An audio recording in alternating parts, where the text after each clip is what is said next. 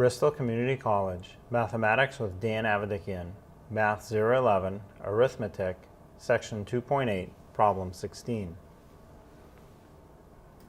This is Section 2.8, Problem 16. It says complete the computation 1 over 6 plus 11 over 30. So for a problem like this, we have to make the denominators the same. And I prefer to write the problem vertically to make the denominators the same. I just find it a little bit easier. So I'll rewrite the original question. And now as I look at the denominators, I have a denominator of 6 and 30.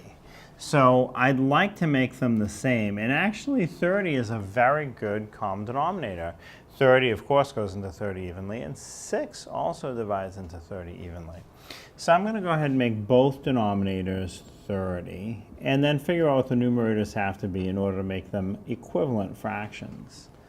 So for the upper fraction, 1 over 6, if I look at the denominators, 6 times some value multiplies to give me a 30, so it must be times 5.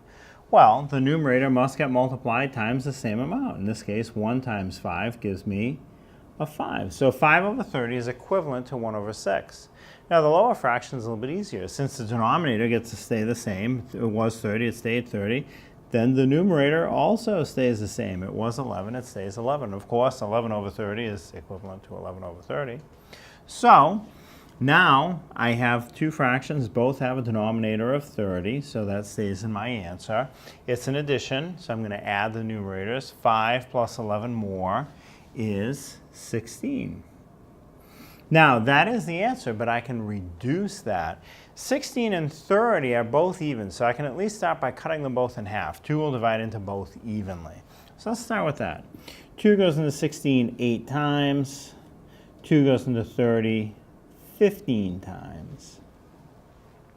Now I have 8 over 15. Can I reduce that any further? I cannot. There are no numbers that divide into both 8 and 15 evenly.